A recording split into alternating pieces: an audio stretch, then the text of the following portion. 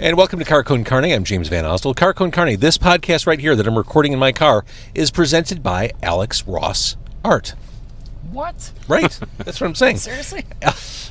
Alex Ross Art. Alex, my guest, Dan Dougherty, to my right, he knows, you know, Alex Ross, an icon, a legend in the world of comics and graphic novels. His photorealistic art has set a new standard for all to follow. He is the best. You can buy original art. You can see what he's up to, alexrossart.com.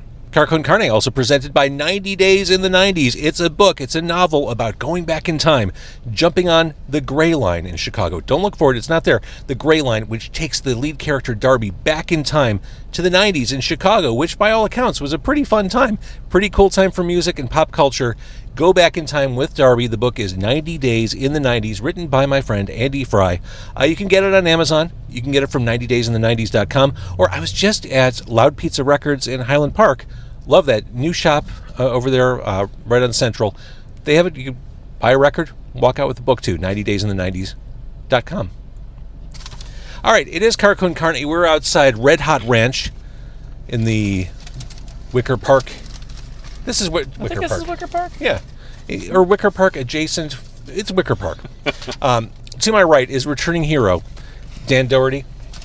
He's an artist. He's a musician. We're going to focus on the artist part tonight. In the back, it's DJ Corchin, a new arrival to Con Carne. Yeah, a new superhero. A new superhero. Just added to the roster. Together, both these gentlemen are crowdfunding this book right here. It is Shut Up and Feel, an adult picture book on emotions. So, the Kickstarter is going on now. When does it wrap up? Let's get that. I don't want to bury the lead. So August 21st is when it's done. It's okay. Going on now. So this is crunch time here. It is. Yeah, we're in the middle of it. We'll talk a little bit about this book. The tricky thing with this sort of presentation, this podcast, is people can't see the book. And if people are listening and they're not even watching on YouTube or Facebook, we have to really explain to them why they should kickstart this book. So for that, I'm going to have you elevator pitch this book. This book is crowdfunding on Kickstarter. What is Shut Up and Feel? And as you answer that, I'm going to eat my hot dog. You want to take it first? I'll take the first shot at it. Yeah, so we've been practicing different elevator pitches. So try the first so one. Many. Yeah, it'll be a long elevator ride when we go through them. So, the biggest thing is, life is just tough right now, and the reality is that I don't have time to read all these amazing self-help books or, watch hours and hours of video. And so my favorite thing is picture books, and that's kind of what we do on the side, which was original, which was really fun for us. So the first thing that we thought of was, how do we put this book into, or this idea into a picture book concept? And I think the great artist Gene Ha actually pitched it the best, and he said, imagine a book that was written by Ted Lasso but in the voice of Roy Kent, which I just thought was an absolute perfect way of pitching it. But when it comes down to it, it's an ode to the messiness of life, and that it's okay to just do what you need to do to get yourself straight and centered. So like I said, that was probably about a four level elevator pitch, I think. Yeah, like Buddy the Elf came in and hit all the buttons, and then got out of the elevator. Yeah. And then we had to pitch the book. So yeah. Dan, what would your elevator pitch be? You should buy this book. Well, I mean, it's a quick read. It's a very quick read. It's a nice pick-me-up for anyone who kind of just needs that little check in their day of reminding themselves that it's okay to have emotions. It's okay to express those emotions, and it's okay to use swear words sometimes in the process of doing so, or maybe sing your favorite song into a hairbrush. Or eat your feelings. Or eat your feelings, like we're Cheers. doing right now. Cheers to that. All of those things are not only okay, they're kind of a way to express how human we all are. And so, as someone who's married to a therapist, not my therapist, but a therapist, that'd be crazy if it was. She's my therapist, actually. Yeah, it's really, that's... No. That would be a disaster. Super messed up. That would be a disaster. Yeah. I've heard so much stuff she shouldn't have divulged. Legally. It's a legal problem. No, but as someone who's married to a therapist, and the book is, by the way, approved by my wife. I Therapist approved. Therapist approved. Shut up and feel. Shut up and feel. A book with tons of swears, as advertised. Yes. Yeah. I hear about, not directly, obviously, because there's confidentiality, but I hear about her industry all the time, and how many people just are in need of a way to just let it all out. So this book is kind of an expression of that. You know what drives me crazy? I'm sure this drives you crazy too. And this is what, to me, this book is an antidote to. All those platitudes on social media. Yeah, we even address that directly. All that's BS. And we wanted to make sure that people could give themselves permission to be who they are. And we honestly, each page, we address, some of the stigmas and problems. Like, hey, work doesn't approve of you taking time off for mental health, right? Well, hey, listen, that's...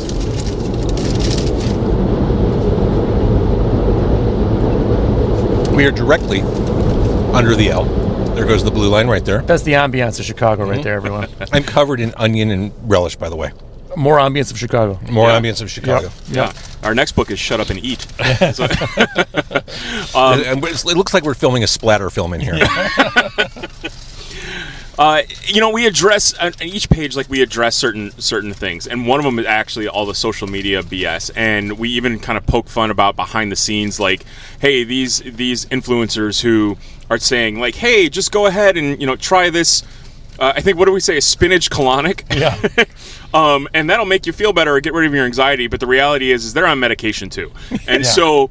And so we just wanted to be honest about it and give people permission to be honest about it. And I think being natural with our language, which is, hey, listen, we swear. We're parents. We have young kids. We swear. Everybody swears. And I think that's part of the fun and joy of the book. As you say, sometimes you feel depressed and people try to cheer you up. Fuck that. Yeah. Sometimes, you know what? I think the next page is, turn on a sad song and scream at the top of your lungs. I know that I used to. I'm a former music teacher, actually, and I used to teach kids social emotional learning through music. And one of the things I would always tell them is that if you are sad, you don't have to put on a happy song, put on a sad song, feel through it, and just allow yourself to get through it, get the cry out, whatever you got to do. As a music teacher, I would just say, make sure that you're in tune. But other than that, we're good. Again, it's Shut Up and Feel, kickstarting now. Just to take a quick tangent, is it me or are these buns stale? They were... It's the end of the night. I think they're... Yeah. They don't seem very fresh to me. I think you're right. Should they be hard?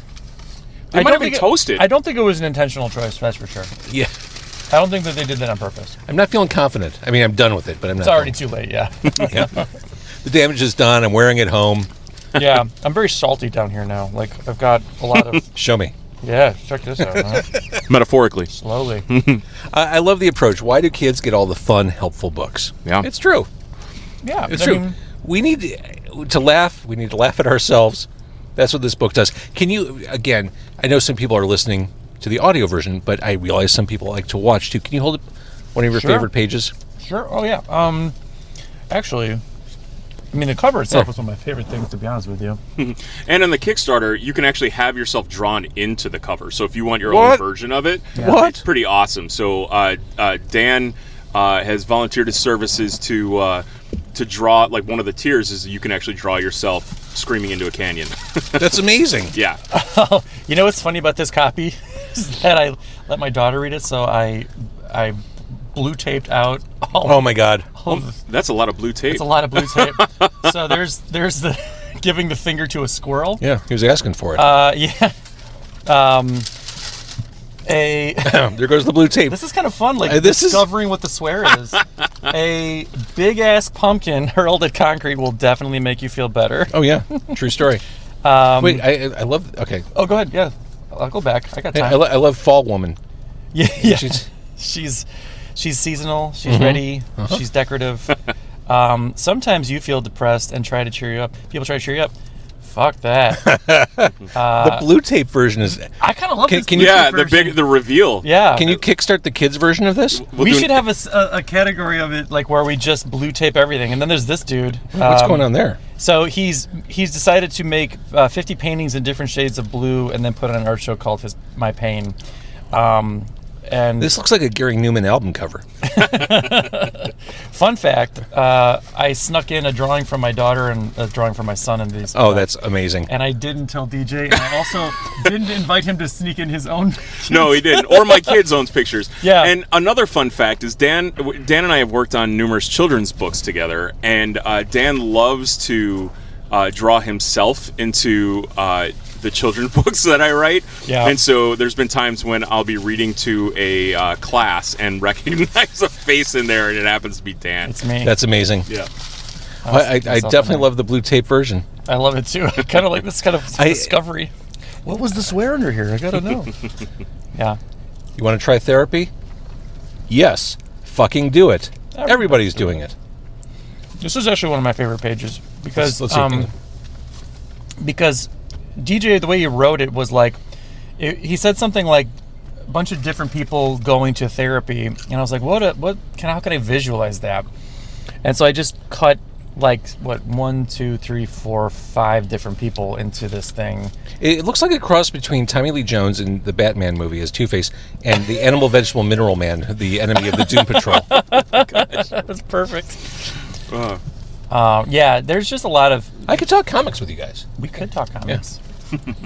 Oh, and the word asshats makes an appearance. That's important. Asshat's in there. Beyonce's in here. You know, you're the second person to actually comment on the word asshat, like, and how they appreciated the use of that word. I don't hear it that often. No, it's got a swear edge to it, but it's not as piercing as some of the other. I think cursing. swear words, by and large, are pretty funny. Oh yeah, They're great. They're great adjectives. Asshole is funny. It is a funny word. It is. Asshat, hilarious. How we turned douchebag into a swear. Douchebag is an amazing. It's a great word. I'm not even sure I understand what jagoff is, but I love that. But I love that word. Yeah. See, now if we're talking mental health, don't we all feel better already? Oh yeah, I feel like $1 million. Yeah. All right, here's the thing, DJ. I felt better just seeing you and Dan Dougherty walk up to the car today. Oh yeah, That's all I needed. Oh, I felt warm great fuzzies. walking past your car, not realizing it was you, and then seeing you come out and going, "Oh, there's JVO." So I texted Dan saying, "Hey, I'm here in the parking lot of Red Hot Ranch, just setting up." And didn't see that at all. 15 minutes later, I just see him walk past the car. There's no one else but us in the parking lot. He walked right past the car. I've got microphones set up. I know Dan Dougherty. Could be anybody. Yeah. Yeah. Just oblivious. But that's the city, isn't it? Like in Yeah. Chicago, people you know could be 10 feet away and you'd never realize it. No, I've had that happen many times. I don't come into the city as much as I used to, but every time I do, somehow I get a message that day going like, "I saw you walking down Chicago Avenue." I'm like, "What?" And yeah, sure enough, like I'd be, I could have met up with a friend or two if I would have actually planned it. The worst was when I had this car wrapped. And for those who don't know, wrapped means like stickers stuck to the car as like mobile advertising. Mm-hmm. I had the car wrapped for about 1.5 years. So I would get decals? that all. I'd get this all the time. Like, oh hey, I saw you driving down Elston, or what were you doing on Lakeshore Drive at 8:00 in the morning? That was no fun. Yeah, too much conspicuousness. Yeah, That was part of my anything for money phase of Con Carne. Which, ironically, I'm kind of still in. hey, money's still good. Money's still good. I'm not hating on money. All right, so let's talk a little bit about the rewards as Dan meticulously removes the blue tape. we should add that tier. That's what I'm saying. Yeah, we should add that tier. The kids' book version of the adult book. Yeah. Well, there's a couple pages that I had to like tape together because I didn't want them to see it at all. That's a lot of manual labor. It's a lot, yeah. So that's actually enticement for those who are listening. There's stuff here that Dan had to tape together so that youths couldn't see it. Yes, it's not for kids. This book is, just to be clear, No. not at all for kids. No, but it's so for adults. Yeah. It's full of swears. That's the hook. All right, so the rewards. Again, this is kickstarting through August 22nd, did you say? I should have written it down. 21st, I think. 21st. Yeah. 21st. Okay. So that's coming up. We're recording this on the 7th of August. Time flies. Time to get your pledges in. You already mentioned that one of the pledges or pledge tiers or reward tiers is you can get yourself drawn into your own dust jacket. Oh my God, how cool is that? That's about as personal of a reward as you can get. You can go onto the Kickstarter too and see an example of it, so you can see exactly what you're getting. I love that. You mentioned Gene Ha. Mm-hmm. Exclusive dust jackets from Gene Ha and Jill Thompson, Yep. both of whom are Eisner Award-winning creators. Multi-Eisner Award-winning. Yeah. That's a big deal right there. The Chicago creative community is pretty tight, isn't it? It is. It's a really... Good. Oh, hold. They're all on that train right up there. Mm-hmm. Yeah, there it is. Hear that? The L unfiltered. Real life blue line action, kids. The Chicago community. Yes, it is a very tight community, a very obviously talented community, and there's a lot of people just trying to lift each other up and trying to help each other out because Gene gave us that quote out of nowhere. He just said it because he believed it. Yeah. And we're friends, of course, but he didn't have to do that. And then of course we asked him because we were like, wouldn't it be great if we had a Gene Ha dust jacket, like a special jacket from him? And then we were like, well, why don't we just keep asking people we like? And we got Jill to do it as well. So we have those two. So cool. Yeah, but it's always been a community that's I've been very privileged and honored to be a part of. Now, I've never met Gene Ha. Do you think that he and I could be best friends?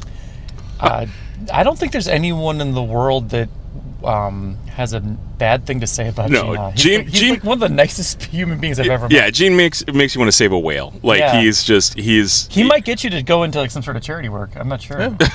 I'm of the age where I realize I need to do more of it. So just check those boxes. Also available as reward tiers, original artwork. Mm-hmm. Yes, from us. Yes. Yeah. So we'll do an original drawing. I do a pen and ink style, or you can do a larger commission that Dan will do. Mm-hmm. So you can tell him what he wants and what you want. And I've seen the commission work you do. You will take on anything. I love a good prompt. Love you a good challenge. Full bundles of all your collaborative works. You mentioned that you've done kids' books together before, and I guess to kind of jump away from the Kickstarter for a moment, how long have you known each other? How did you find each other in the creative universe? One of my favorite stories. Yeah, we love telling this story, and there's a version I think we tell the kids, and then there's a version that we just kind of throw it out there. The reality is that I started as a writer and wrote a book of band poems because I was a music teacher, and I wanted to illustrate. Did a lot of research, and ultimately we met on Craigslist. So Dan and I have met on Craigslist. Was this when Dan was an escort? Yeah. So I was an amateur murderer, working my way up into the pro league. Yeah, and he was preying on writers of children's books. Yeah. Poetry writers especially. I'm like, they need to get murdered the most. But I think, Dan, was that 2006? Okay. Yeah, so 2006 we did our first book, and then after that I wanted to do Here's another. Here's how long ago that was. People were still buying Nickelback albums. Yeah. Is there still Tower Records, I think? Yeah, Tower is probably still on Clark Street and in Michigan. And the funny thing, by the way, that he's not mentioning yet because he just doesn't give all the best parts is that we went the entire project before realizing that we lived like very close to each other. Yeah. So I drew like 100 drawings for him and a lot of revisions too because we were just kind of getting the feel for each other and writers, geez. So I'm sitting there going like, there's a lot of times where I had to scan all this stuff in, right? Like I was doing it on paper still. There was no digital way to do this at that time. At least not for me. And I'm rescanning, I'm scanning again just so he could see all of the edits and whatnot.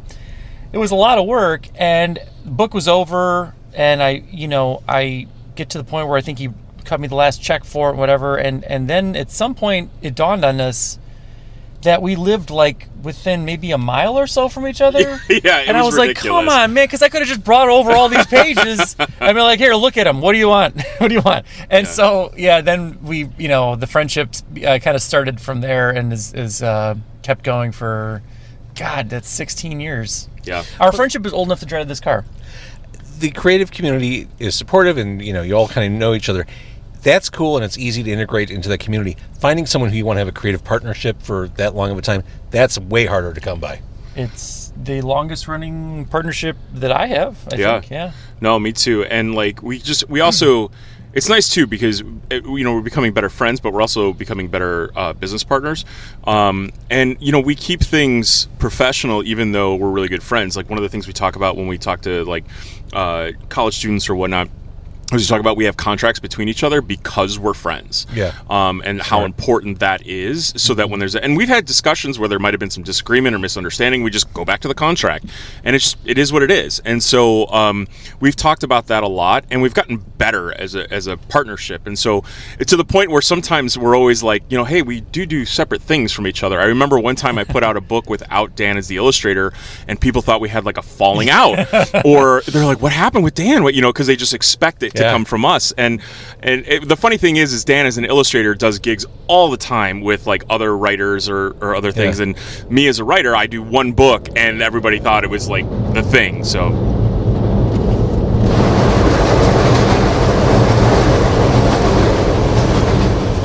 awesome.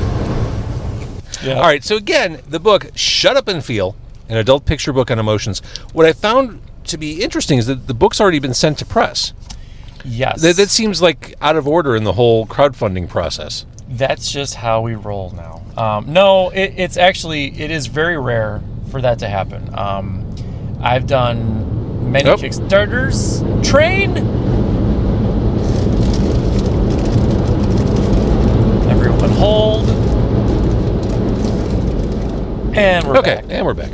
I've done many Kickstarters, almost all of them book related, and it's always a situation where you have to get the funds to then go to press. And so I guess one thing that people think about is like, well, then why are you doing a Kickstarter? And the answer to that... There's my next question. It's, Kickstarter's more than just a fundraising platform. It's a pre-order platform. It's a place where you can go and find stuff that you wouldn't find anywhere else. And you can find creators that you would never see anywhere else. And some people just treat it like that and don't necessarily have to live and die by the funds of it. We were, confident that this was going to be something people wanted. And I think putting our money where our mouth is was a way to show the fans of the book, or us, that we wanted to give them something special when we could, which is the book like as soon as possible after the Kickstarter's over. Well, and there's also a difference between paying for it ahead of time and loaning the funds to get back. So it's definitely still a crowdfunding endeavor. But I also think that the difference of like the reason I love Kickstarters and the tiers and the rewards is that you can bring other people with it, right? With Gene Ha and Jill Thompson, we just said be creative. Like we didn't give them any direction. We just said, hey, we want a dust cover. We want people to be able to, and we designed it so that you could actually just frame it if that's all you want to do. And I think that's the fun of it. So you're not just buying a book, you're helping a small business. That's exactly move things along. So I agree. All right, to find it on Kickstarter, do they just search "Shut Up and Feel"? Yeah, actually, if you just put in the word "shut up," it usually pops up right at the top there. That's about as easy as it gets. Right. Yeah, you just type in "shut up." It makes you feel good just typing that in for some reason, and then it'll pop up there. Put it in uppercase too, just if you feel that. You know? Yeah. Just if you're feeling saucy about it or strong, just uppercase all the way. The artwork's beautiful. The message is awesome. It's funny, and again, as advertised, full of swears. Full of swears. Lots of swears. I'm still peeling off blue tape from this book. Every page. I'm enjoying watching you do that because every time you succeed, I see like fucking or another fucking on this one. So much fucking in this book. A lot of fucking. Let's see what this is. Oh my gosh! You got to show them the three-way page. Okay, yeah. So yeah, you do. DJ, why don't you set up what you described first? Well, so Dan has a way of drawing what I call food porn in a very literal way. So Dan has a comic series called Floppy Cop, and somehow he's worked into these characters that are pretzels having sex with each other, and it's hilarious. It's a pretzel soap opera. Yeah, and I have no idea how he got there or what it is. Yeah. And so I was like, how do I utilize this amazing talent? Oh yeah, you got to tap into that Dan has. And so we talked about how good eating your feelings can feel. When I think I forgot even the characters, but it's like chocolate chip cookie dough having sex with frosting in a three-way with. What are the exact words? Hold on, I'm trying to find the page now. Here we go. There we Is go. it blue taped out? It's- Blue taped the it's whole thing. If it tastes like if frosting and cookie dough had a baby after a three-way with a pumpkin spice latte. That is vulgar. It is, and Yeah, but that's a it's sweet. children's book author over there. He wrote that. I'm just the guy who had to draw it, and draw it I did. Look at that Yeah, but face. Look at how happy that chocolate chip cookie dough is. Let's be clear, though. I gave Dan zero direction. I just said, Dan, I literally wrote, do your thing. And he just drew that. But here's the crazy part, is if you look really closely, when you go on the Kickstarter and you look at Gene Haas' dust cover, that SOB drew the cookie dough banging the back of my head. It's dry humping his bald dome. I mean, he must have had some feelings to get out. And, Dan mentioned I'm a children's book author, and we deal mostly with kindness and communication and social emotional learning, and we do. But you know what? We have feelings too, and we just want to get it out. Yeah. And that's true of any single profession, right? No matter how professional you are, everybody goes home and just goes, "Fuck, that was a tough day." Yeah. And we need to talk about that. Yeah, totally. I mean, Shel Silverstein did a whole bunch of nude drawings, right, for Playboy, and I mean, Yeah. I think it's okay.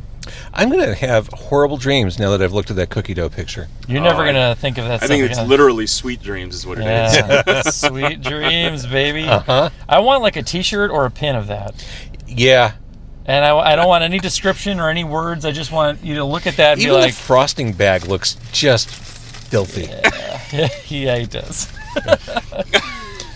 Gonna slowly turn this page. Yeah. And then we move to the stripper poles. This There's stripper is poles in again. here? This is not for kids. This is No. for adults. You must be 18 or older to enjoy this Kickstarter. Yeah. Just search "shut up" in all caps on Kickstarter. and hit all the buttons really hard too. Just really let it all out. So, is going to the strip club like a mental health thing? In this situation, it is. This situation is sometimes your employer doesn't provide time off for mental health days. Fuck that. Tell them you're taking a project management course and need the day to get certified. Is that a real cowboy? Yeah, I mean, Is that a real cow? I think he's got a gun there he's slinging. Then use that time to apply for other jobs while hitting up the strip club. And it's just a bunch of like regular Joe people with their laptops, not even looking at strippers. This cowboy is He's gifted. He's greased up. He's got some abs like Ken and Barbie. Uh-huh. He's got them Ryan Gosling abs. Lovely. All right, so again, it's Kickstarting now. This is a fun book. This is the kind of book you leave out when you have friends over. See what happens. Yeah. It's great. And one thing I appreciate as I've gone through this book, and I think people who buy this book, who Kickstarted the book, will appreciate, is your artwork. Yes. Hang on. I know. I'm just kidding. Your artwork is very inclusive. Yeah, well, that was a conscious decision by both of us. I mean, it's always been part of our work, even back in the Band Nerds books. That first children's book had like just so many different types of people, and we just believe that that's got to be part of the book, part of the message, right? Yeah, I think, I get asked this a lot, and I think, the idea of representation matters that you hear all the time. It really, really does, and kids and families need to be able to see themselves, and the same thing with adults. They need to be able to see themselves. And the thing that I know I'm very careful with, and I know Dan is Hang as on, well. I'm sorry, DJ. I'm watching Dan. Even pinted it in the back. Like of look at this. It's just I didn't littered want my with daughter blue to tape. see. Sorry, we're talking about inclusion and representation. Yeah, inclusion and representation. The thing that I'm really careful about, especially Dan and I being two middle-aged white dudes, is we never tell a story that's not ours, but representation matters. So it's important to have those the diverse perspectives within the book, but it's also important to make sure that we're not speaking for anybody or sharing a story that's not ours. And Dan and I talk at length about that in our children's books for sure, and how we want to tackle that. I love it. All right, this book is so much fun. I hope you get to the finish line. I know you'll get to the finish line on August 21st. Search "Shut Up" on Kickstarter. Help support this book. Get it in your home. Get that freaky Tommy Lee Jones's Two-Face mixed with Animal Vegetable Mineral Man from the old Doom Patrol 1960s comic books. Such a deep cut. I love it. It is such a deep cut. I got more. All this blue tape I just peeled off. Look at that. So much blue tape. Look at that. Guys, DJ, great to meet you. Thanks for doing this. Yeah, you too. Thank you. We'll do this again. I know you'll keep kickstarting stuff. Oh, yeah. Yeah. And Dan, great to see you as always. Thanks for having me. Always good to be here. Easy, right?